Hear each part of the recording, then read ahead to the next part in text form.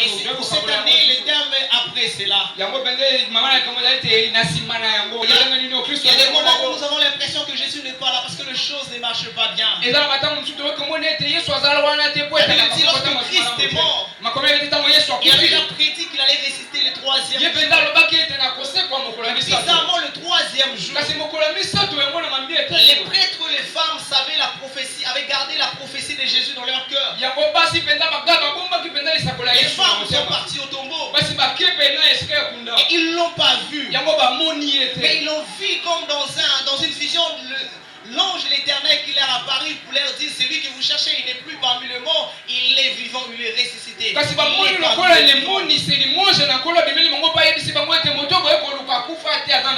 pendant que Christ était mort, la panique était entrée dans toute la ville parce que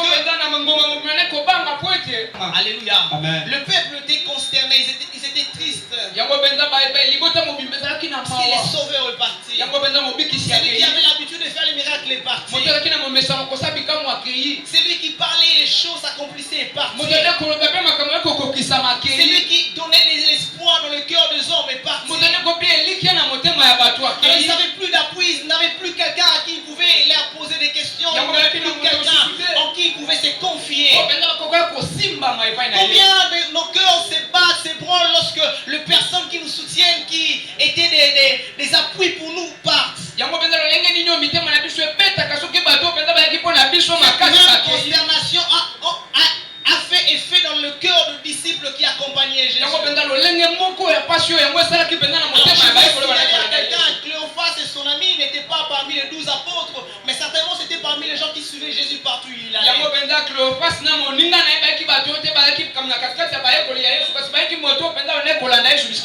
Jésus n'avait pas seulement comme un fils ou un disciple, ceux qui étaient autour de lui, il y avait des milliers, de nombreuses personnes qui les suivaient,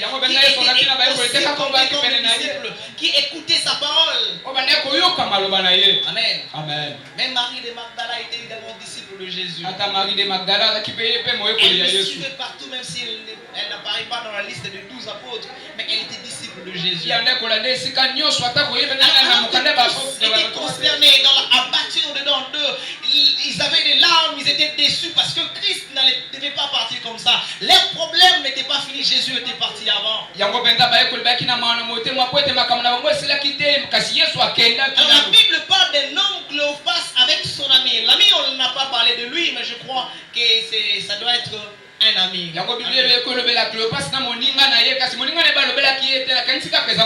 étaient venus en Jérusalem pour la Pâque. Alors bizarrement, ils sont tombés sur la nouvelle. Le maître était mort. Ce qui est bizarre, c'est que ces gens étaient conscients, ils avaient l'information que les femmes sont parties et ils étaient conscients que les femmes ont appris que Christ était ressuscité. Mais bizarrement, ils ont décidé de fuir. Ils ont fui l'oppression romaine.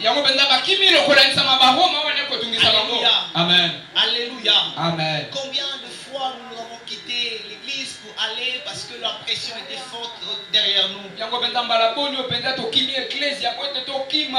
Alléluia. Alléluia. Amen. J'ai vu des gens qui ont abandonné les Seigneurs parce que le travail était parti. J'ai vu des gens qui ont décidé de ne plus aller prier simplement parce que l'homme ou la femme à qui il avait beaucoup investi est parti. Et ça nous arrive tous de se refroidir lorsque la pluie est partie.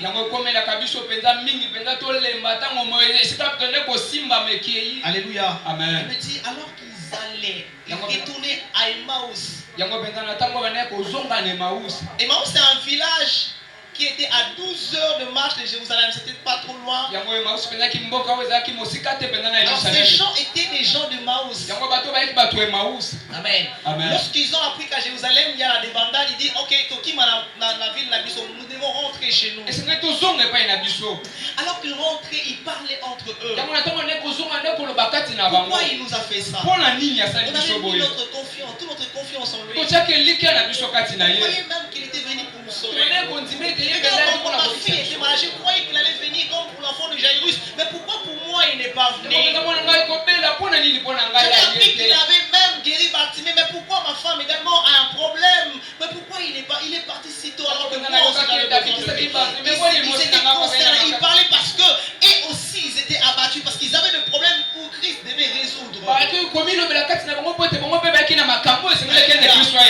Alléluia.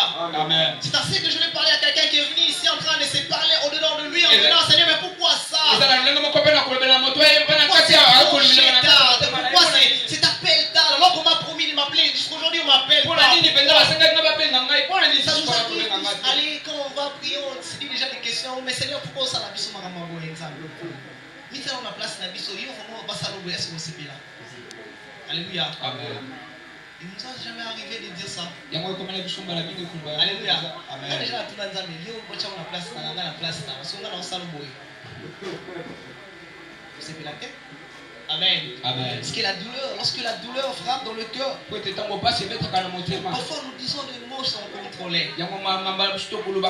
Pendant qu'il parlait, la Bible dit Jésus leur demande. Alors qu'il parlait, un inconnu leur apparut. Ils cherchaient Jésus. Ils avaient soif de Jésus. Ils voulaient le voir même pour une fois. Tu pouvais réapparaître encore, même une seule seconde. Combien nous avons soif de toi. Ils étaient tellement soifés de la présence de Jésus que Jésus n'était pas resté indifférent, il leur a apparu. Ils n'étaient pas des apôtres. Leur nom n'était même pas connu avant. Mais à cause de la soif de la présence de Dieu, leur nom est entré dans la Bible. Ne cherche pas des fétiches pour qu'on parle de toi dans la ville. Dans les communes qui n'est pas de Dieu pour qu'on parle de toi dans la ville. La seule solution pour qu'on parle de toi est la soif de Jésus. Lorsqu'on a soif de Jésus, voilà ce qui se passe. Parce que Jésus viendra vers toi. Lorsque Jésus fera marche avec toi, les gens parleront de toi. Alléluia. Tous ceux qui ont marché avec Jésus, on a parlé d'eux dans cette vie. L'histoire a parlé d'eux. Alors qu'ils parlaient, l'inconnu leur apparaît. Ils ont bien pensé qu'il a posé la question, de quoi parlez-vous? Et ils disent, tu dois être la seule personne ici dans cette ville qui n'a pas l'information de ce qui se passe ici en Jérusalem. Parce que tout le monde était au courant de ce qui s'était passé. C'était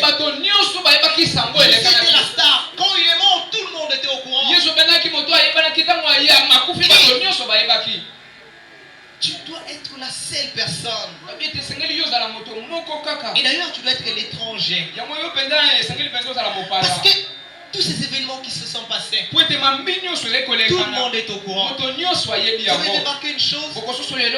C'était la personne qui cherchait, qui était venue vers eux. Mais personne ne pouvait les reconnaître. Alléluia. Amen. Ils étaient déjà avec Christ, mais ils ne pouvaient pas reconnaître que c'était lui le Jésus. C'était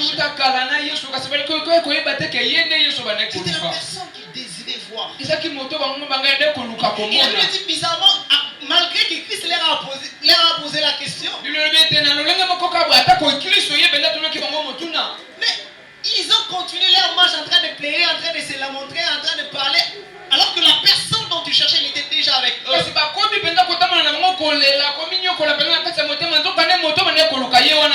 Alléluia. Amen. Ils disent à Jésus, nous espérions que c'était lui qui allait délivrer Israël. Il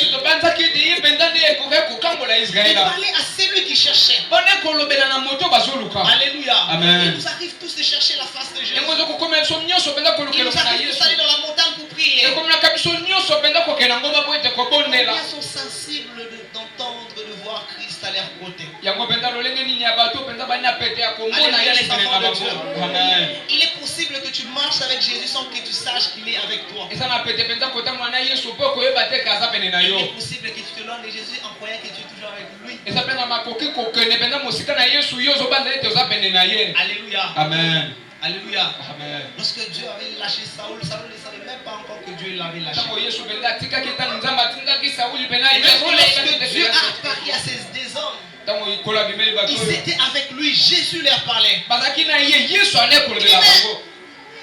Vous n'avez pas su. Vous ne saviez pas. Jésus allait rappeler la prophétie depuis l'époque, depuis Moïse qui est l'initiateur ou le débiteur de la Bible jusqu'à Jean. Il a commencé à expliquer toutes les prophéties qui étaient dites de lui. Et la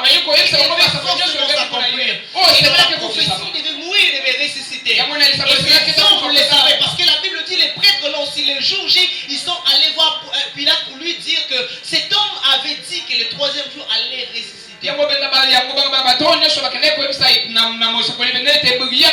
pharisiens étaient au courant, mais les chrétiens n'étaient pas au courant. Ceux qui étaient au courant de Jésus avaient déjà oublié la prophétie, mais les gens du monde connaissaient cela. Qu'est-ce qui se passe dans cette génération? Il y a des choses que nous cherchons qui se trouvent en nous, mais nous allons les chercher au monde parce que ils savent ce qui se passe chez nous, mais nous ne savons pas ce qui se passe chez nous. Ce n'est que les sorciers qui savent que nous sommes puissants. Nous-mêmes, nous ne savons pas que nous sommes puissants. Il y a un enfant de Dieu qui sait qu'il est puissant ici. Alléluia. Est-ce que tu le savais? Vous savez pourquoi les diables marchent ou blaguent avec les enfants de Dieu? Parce que la seule chose que le diable fait dans la vie des enfants de Dieu, c'est implanter l'ignorance dans notre vie pour que nous ne puissions pas croire ce que nous sommes réellement.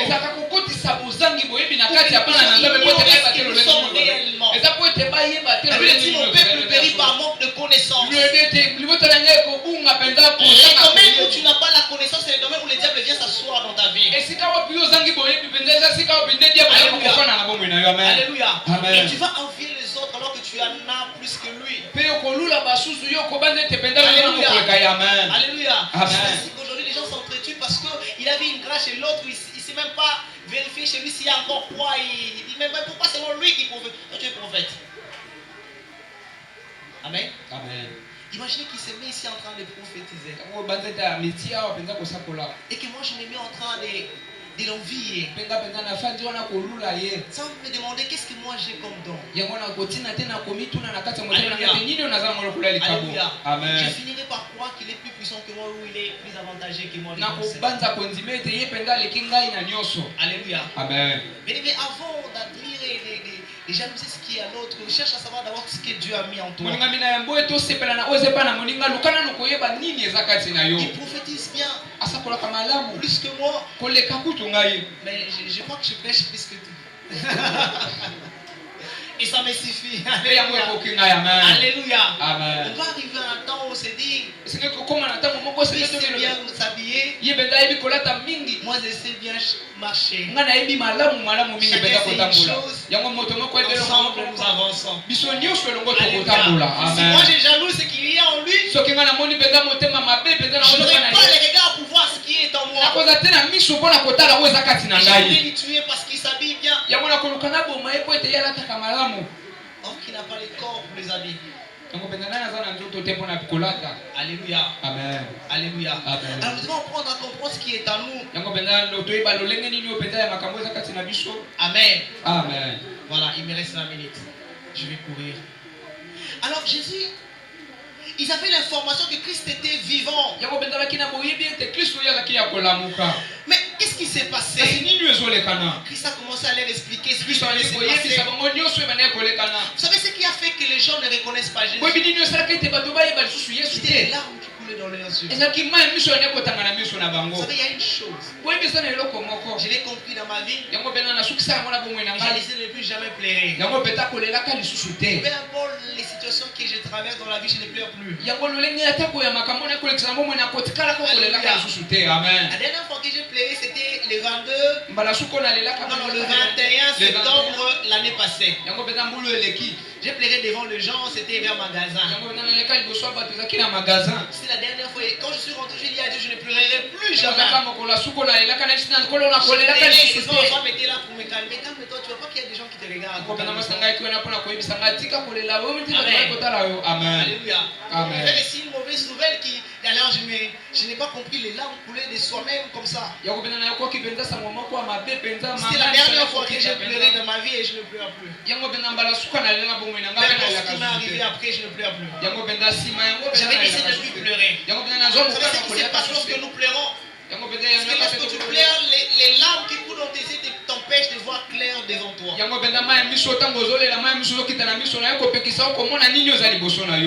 Faites ça quand vous rentrez aujourd'hui. Cherchez une occasion de pleurer. Et pleurer. Et essayez de regarder bien devant vous. Vous ne pouvez pas voir bien devant vous. Et beaucoup de gens sont passés à côté de leur bénédiction à cause de pleurs, à cause de larmes qui descendent de leurs yeux. À cause des larmes qui coulaient, ces disciples, ils n'arrivaient pas à voir Jésus qui était déjà avec eux. Je vais dire à quelqu'un, peu importe la situation que tu es en train de traverser, il est temps que tu arrêtes de pleurer. Mais que tu acclames Jésus et que tu chantes Jésus et que tu adores Jésus et que tu lui donnes des louanges à la place de pleurer. Alléluia. Amen. Alléluia. Amen. Je vais pleurer parce que quand je suis rentré, le médecin m'a dit, il m'a dit, depuis que je suis médecin, je n'ai jamais vu ce qui se passe dans le ventre de ta femme. C'est un médecin qui te dit ça. Il dit, depuis que je suis médecin, je n'ai jamais vu ça. J'ai l'impression. Et puis il me disait ça calmement comme ça. J'ai l'impression devant ma femme. L'état de ta femme. Entre l'enfant et la femme. L'un pouvait partir. Il m'a dit, nous devons intervenir aujourd'hui parce que si vous rentrez à la maison, j'ai craint même que tu ne perdes les deux. Est-ce que tu sais que je suis serviteur de Dieu? Il m'a dit, moi aussi je suis serviteur de Dieu. Et moi je dis, toi tu es serviteur de Dieu, mais moi je suis serviteur de Dieu, pas comme toi. Ce matin Dieu m'a dit, j'ai vu mon enfant. Quand toi tu me dis ça, tu me parles par rapport à la science, mais moi je te parle par rapport au surnaturel. Je crois que j'aurai mon enfant. Alors répond l'échographie. On a fait 2 fois le même jour. Il y a des mamans qui, quand on a repris, j'ai vu une maman qui paniquait. Hey, c'est très grave. Alors, tout le monde paniquait. J'ai dit non, mais c'est très grave. Alléluia. Amen. Pendant qu'il disait c'était grave, ma femme m'a dit, ne t'inquiète pas, souviens-toi, Dieu nous avait dit qu'il nous a déjà donné la victoire. J'avais des larmes, mais je rappelais à Dieu une chose. Si tu veux la prendre, l'enfant, ce n'est pas grave. Mais je vais te dire une chose. Moi, j'ai sacrifié ma jeunesse. J'avais des moments où je pouvais faire tout ce que je voulais. Personne ne pouvait m'arrêter. Je suis consacré pour toi. Alors tu dois le faire maintenant pour moi. C'est quand tu avais besoin de quelqu'un, je me suis disposé. Quand tu avais envoyé quelqu'un, je me suis disposé. Plusieurs fois, je me suis endormi dehors dans le forêt pour évangéliser. Alléluia. J'ai rappelé à Dieu les choses, des sacrifices que je fais pour lui. Et un jour, nous sommes partis à Mangé pour les bêtises malades 19h. On priait sous la pluie. Tu étais là. Tu étais là. 2012. On a prié, nos téléphones étaient abîmés, on rentrait sans ma papa, tu étais là. On est rentré comme ça et puis on louait Dieu comme pas possible. Et ce jour-là, on a dit à Dieu, comme nous sommes mouillés pour toi, le jour où on aura un problème, on va te réclamer, tu dois le faire. On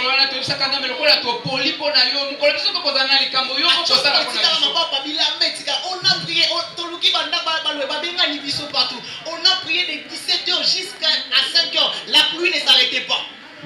Et ces jours-là, Dieu nous a dit tout ce qu'on était là. Il nous a donné le ministère fort. Il y avait plein d'espoir, il y avait jeunesse, il y avait bienvenue. Tous ces gens qui étaient là, tous ont des ministères. Tu te rappelles? Amen. Et j'ai rappelé à Dieu ces choses. Bien, nous avons souffert pour lui. On faisait des gènes. La journée, on n'ouvrait pas les yeux. Tu te rappelles? Dieu nous disait, pendant que tu disais, pour la mystère, nous, on a fait des prières qui ne s'étaient pas fait avant. On a fait des prières, on a dit, on s'est rassemblés ici chez Papa Chima. On a dit, pendant cette 18h, tu vas prier de 7h à 18h,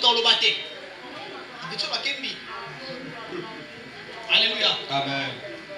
Et j'ai dit à Dieu, parce que nous nous sommes sacrifiés pour toi. Parce que nous avons abandonné notre vie. On pouvait aller dans des boîtes de nuit à l'époque, là on était jeunes. On pouvait aller s'amuser comme vous voulez. Mais nous l'avons fait pour toi. Alors tu dois le faire aussi. Gloire à Dieu. J'ai mon enfant et ma femme. Et tous sont en bonne santé. Alléluia. Amen. Alléluia. Amen. Elle dit quand il s'approchait, je voulais finir mon message. Quand il s'approchait du village, où il se rendait, Jésus fit semblant d'aller plus loin. Il arrivera des moments où le Seigneur fera semblant de te lâcher, d'aller un peu plus loin. Il est arrivé des moments où je me demande, Dieu n'est plus là ou quoi? Tu prieras, mais tu n'entendras rien. Tu as l'impression que tu es resté seul sans personne. Je l'ai rappelé à quelqu'un ce soir. Dieu ne t'abandonnera jamais. Ce n'est pas parce que le travail est parti que Dieu t'a abandonné. Ce n'est pas parce que le copain ou la copine est parti que Dieu t'a lâché. C'est parce que tout le monde est parti que Dieu t'a lâché. Non, alors qu'ils cherchaient Dieu, alors qu'ils avaient l'impression d'être ça alors que Christ était là. Mais la Bible dit pendant que cet homme leur parlait, leur cœur bouillonnait au-dedans d'eux. Quelque chose de fort dans leur cœur. Leur cœur battait fort en eux. Et ils ont demandé à cet homme, ne pars pas loin, nous voulons t'offrir un thé. Qui ont reçu Jésus dans leur vue. On vit la gloire s'éclater dans leur vie. C'est des hommes lorsqu'ils ont fait entrer Jésus dans leur maison. Il reste avec nous. Et quand il fit à table avec eux, il a pris le pain, il a prononcé les bénédictions. Et lorsqu'il a rompu ce pain, alors leurs yeux s'ouvrirent. Leurs yeux s'ouvrirent. Alors mon thème devait commencer par là, je parlais pendant 5 minutes. Après cela, je vais vous parler de ce qui s'est passé après cet événement. Je croyais, alors qu'ils ont reconnu qu'ils étaient avec le Seigneur Jésus, ils allaient commencer à chanter, adorer et rester là. Amen. Amen. Mais regarde ce que ces hommes ont fait. Lorsqu'ils ont su que c'était le Seigneur, ils ont vu la main avec de clous, ils ont vu comment Dieu faisait ses prières, il rompait le pain, il dit ça c'est le Christ. Alors on ne savait pas comment et il a disparu. Mais regarde ce qui s'est passé. Après cela, ils se sont dit entre eux, n'est-ce pas que nos cœurs battaient lorsque cet homme nous parlait? Maintenant nous devons rentrer à Jérusalem. Ils ont fait 12 km à pied. La même nuit, ils ont décidé, nous allons rester ici, nous allons retourner à Jérusalem. Pour aller annoncer aux 12, aux 11 apôtres qui sont restés là-bas que Christ est réellement vivant. Alléluia. Amen. Il devait retourner pour dire que Christ était vivant. Je vais dire à quelqu'un avant de finir aujourd'hui, lorsqu'on rencontre Jésus, quelque chose change dans la vie. Il est difficile de rencontrer Jésus et rester la même personne. Il est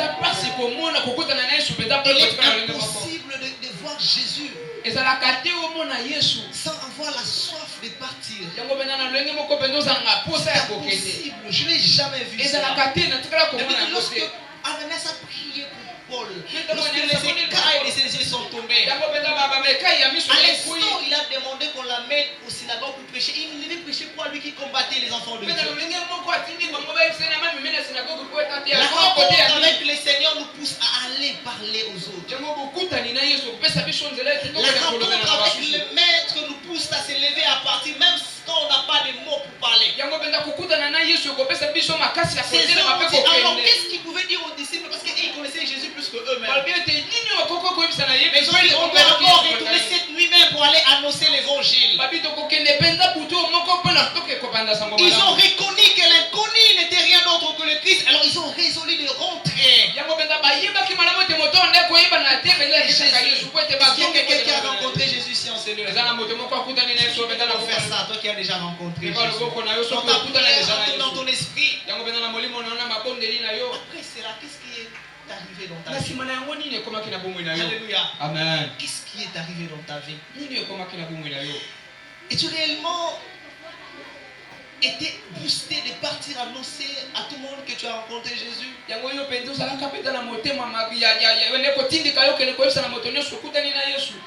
Alléluia. Amen. Ces hommes ont dit nous rentrons pour annoncer la bonne nouvelle. Ils ont dit c'est la bonne nouvelle. La bonne nouvelle, c'est dire aux gens que Christ est vivant. C'est lui qui devait changer nos vies. Il n'est plus mort, il est vivant. Alléluia. Amen. Est-ce que quelqu'un peut acclamer pour Jésus? Je voulais dire à quelqu'un ici, Christ est vivant. Alors toi qui as Jésus et qui a rencontré Jésus, combien de gens meurent autour de toi pécheurs? Combien de toi meurent dans ton université pécheurs? Combien de gens meurent dans ton travail pécheurs sans même entendre parler de Jésus pendant que tu es là, tu as rencontré? Lorsque le prophète disait à Saoul qu'il rencontrait un troupeau de prophètes, il dit lorsque tu verras ces choses, lorsque l'esprit de l'Éternel te saisira, tu prophétiseras tous. Mais le plus important, ce n'est pas les prophéties ou la prophétie. Le plus important, c'est ce qui allait suivre. Ça sera un signe pour toi que Christ est avec toi. Après cela, fais tout ce que tu peux faire parce que Jésus t'accompagne. Alléluia. Amen. Alléluia. Amen. Alléluia. Amen. Lorsque tu es saisi par l'Esprit de Dieu, lorsque Dieu dépose en toi les dons et les grâces, ce n'est pas pour que tu te vantes que les gens sachent que tu prophétises bien, et que tu as le don de prophète. Plutôt, pourquoi je parle beaucoup de prophète? C'est pas parce que pour que le monde sache que tu as les dons de guérison, mais c'est pour que après cela tu fasses ce que tu peux faire parce que Jésus, c'est une confirmation que Christ est avec toi, afin que les âmes soient gagnées au travers de toi. Alléluia. Amen. Savez-vous que tous les dons et les grâces que nous avons, c'est pour que quelqu'un entende parler de Jésus. Alléluia. Combien ont privatisé Jésus dans leur vie? Alléluia. Amen. Combien ont privatisé Jésus? Ils n'ont pas vu le danger de la nuit, mais ils se sont dit on part. Alléluia. Amen. Lorsque les disciples étaient tous réunis dans la chambre haute, l'Esprit du Seigneur les a saisis tous. La Pentecôte a commencé là dans la chambre. Alléluia. Amen. C'était 120 dans la chambre. Mais avant même de parler en langue, les gens ne savent pas. Les gens pensent que le premier signe d'être saisi par l'Esprit de Dieu, c'était les parler en langue. C'est faux. Ils ont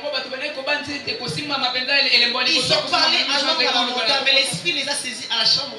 Il y avait une distance entre la chambre et la montagne. Mais comment ils se sont retrouvés là à la montagne? C'était les ailes. Le premier don qu'on reçoit lorsqu'on reçoit Jésus, c'est les ailes. Lorsque quelqu'un dit qu'il a reçu Jésus, il n'a pas les ailes pour l'œuvre de Dieu, il est un fossoyeur, il n'est pas vrai, il est un faux chrétien. C'est impossible de rencontrer Jésus sans avoir les ailes et partir et parler de Jésus. C'est impossible. Que tu sois apôtre, que tu sois prophète, que tu sois pasteur, que tu sois évangéliste. D'ailleurs, les gens pensent que l'évangélisation c'est pour les évangélistes. C'est faux. L'évangéliste, ce n'est pas un évangélisateur qui a dit ça. D'ailleurs, le rôle de l'évangéliste, c'est pas aller pour prêcher dans les rues comme on le voit aujourd'hui. Alléluia. Amen. Alléluia. Amen. Allez dans le riz et tous les enfants de Dieu. Alors et dites, c'est une recommandation que Dieu donne à tous les enfants de Dieu. Pourquoi on n'a pas cette soif-là de parler de Jésus? Regardez nos comptes Facebook. Combien de fois nous prêchons? Amen. Amen. C'est maintenant un lieu de combat, n'est-ce pas? On doit lui montrer que nous savons parler, on va lui dire. Et maintenant, regardez combien des âmes meurent. Chaque seconde. Combien de tes amis Facebook meurent? Quand tu te rêves, tu te cliques, et puis, hé, Akoufi, il était ami avec toi. Tu aurais l'occasion de parler de Jésus même dans ton mur, mais toi tu l'as utilisé pour s'attaquer à ton frère. Les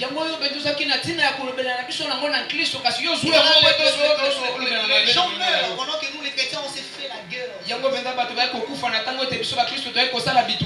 nous allons dans des montagnes aller prier et être remplis. On dit aussi Seigneur remplis-moi du Saint-Esprit. Quand on descend, on fait une croisade, aujourd'hui c'est ça de matinée de prière. On fait une matinée de prière pour montrer aux gens que nous avons la puissance de faire tomber les gens.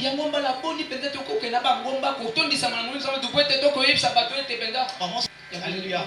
Amen. Changeons nos mobiles dans l'œuvre de Dieu. Lorsque tu commences l'œuvre de Dieu pour que les gens te connaissent, tu fais une erreur. Nous n'avons pas réussi pour être connu des gens. Nous n'avons réussi Jésus pour être connu des gens. On a réussi Jésus pour le faire connaître lui aux gens. Et si lui-même veut que nous soyons connus par lui, il nous fera connaître par sa manière. Mais ce n'est pas à nous de se faire connaître aux gens. On n'a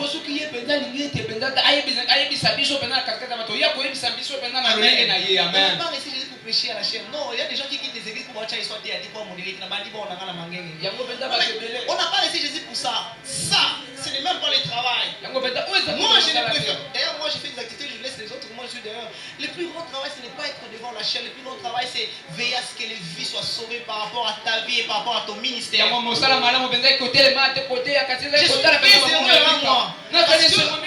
mon ministère et ma vie gagne et bénit beaucoup de foyers, beaucoup de vies, même si je ne prêche pas trop. Alléluia. Combien de gens ont besoin d'entendre Jésus par toi? Qu'est-ce que tu fais, enfant de Dieu? Qu'est-ce que tu fais, enfant de Dieu? Les temps, tu prends 15 heures de prière. Mais même pas 10 minutes de parler de Jésus. Tu as fait quoi? Tu dis gâchis. N'est-ce pas? Tu dis gâchis. L'onction de Dieu sur toi. Amen. Amen. A été donné. En fait, c'est par toi. C'est une passe pour que le vie soit sauvé. Pour que le vie soit visité. Mis en toi pour que toi tu nous montres que tu y es plus que nous. Non, jamais. Amen. Amen. Alléluia. Amen. Alléluia. Amen.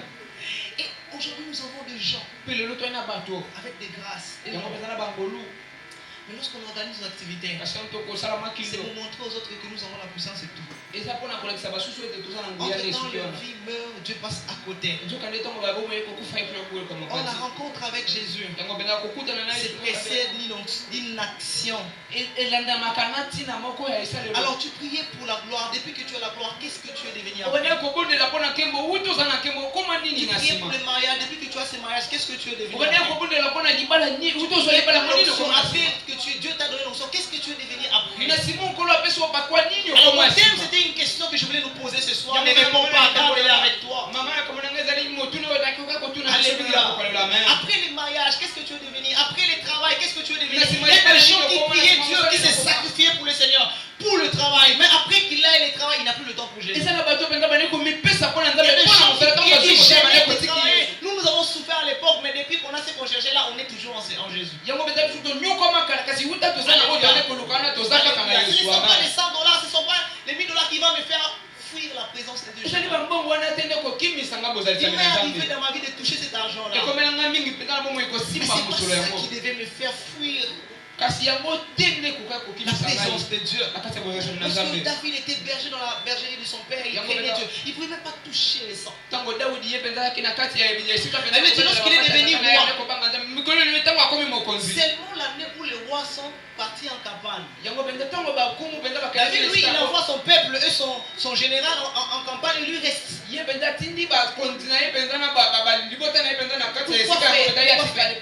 Lui qui était guerrier.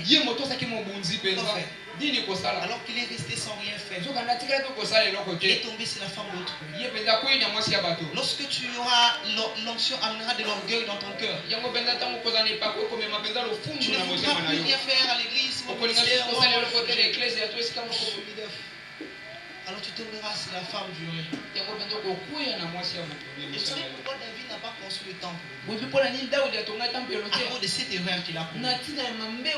Attention avec tout sentiment d'orgueil qui monte dans ton cœur. Dieu t'appellera toujours l'homme selon mon cœur. Il te refusera de construire pour lui le temple.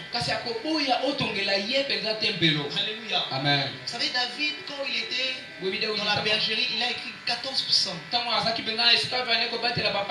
devenu roi, il en a écrit 4 seulement. 4 seulement. C'est ce que Dieu a fait. Il a résisté à un combat. Ça, le combat d'Absalom. Son propre fils. C'est pourquoi Dieu a cessé ce combat-là. Pour récupérer les cœurs d'adorateurs qu'il avait perdus. Lorsque tu ne sers pas Dieu comme il faut, c'était un combat dans ta vie pour que tu reviennes à ses pieds. La plupart des psaumes que vous avez, psaume 23, l'Éternel mon berger, David a cité en train de fuir son fils. Même quand je suis dans le fleuve de l'oiselé, lorsque je suis en fait, mon Seigneur souvent il plairait parce que son fils les combattait. Et Dieu a dit, ça c'est l'homme selon mon cœur. J'aime ça quand David déverse son cœur devant Dieu. Mais au prix de quoi? Au prix de guerre et de la honte. Ça c'est qu'Absalom a fait. Il a humilié. C'est pas l'humiliation que Dieu a repris David entre ses pieds. Puisque la gloire l'a fait oublier la crainte et le cœur qu'il avait pour Dieu. Lorsque Dieu l'a livré, Saoul il a dit à Dieu, Seigneur, qui suis-je pour toucher un roi? Mais lorsque David est devenu roi, il a tué. Pourquoi? À cause de l'erreur qu'il a commise, il voulait couvrir son erreur. Beaucoup des enfants de Dieu tombent parce qu'ils veulent couvrir leurs erreurs. Et quand le Seigneur leur a déjà parlé, ils pouvaient se repentir et arranger.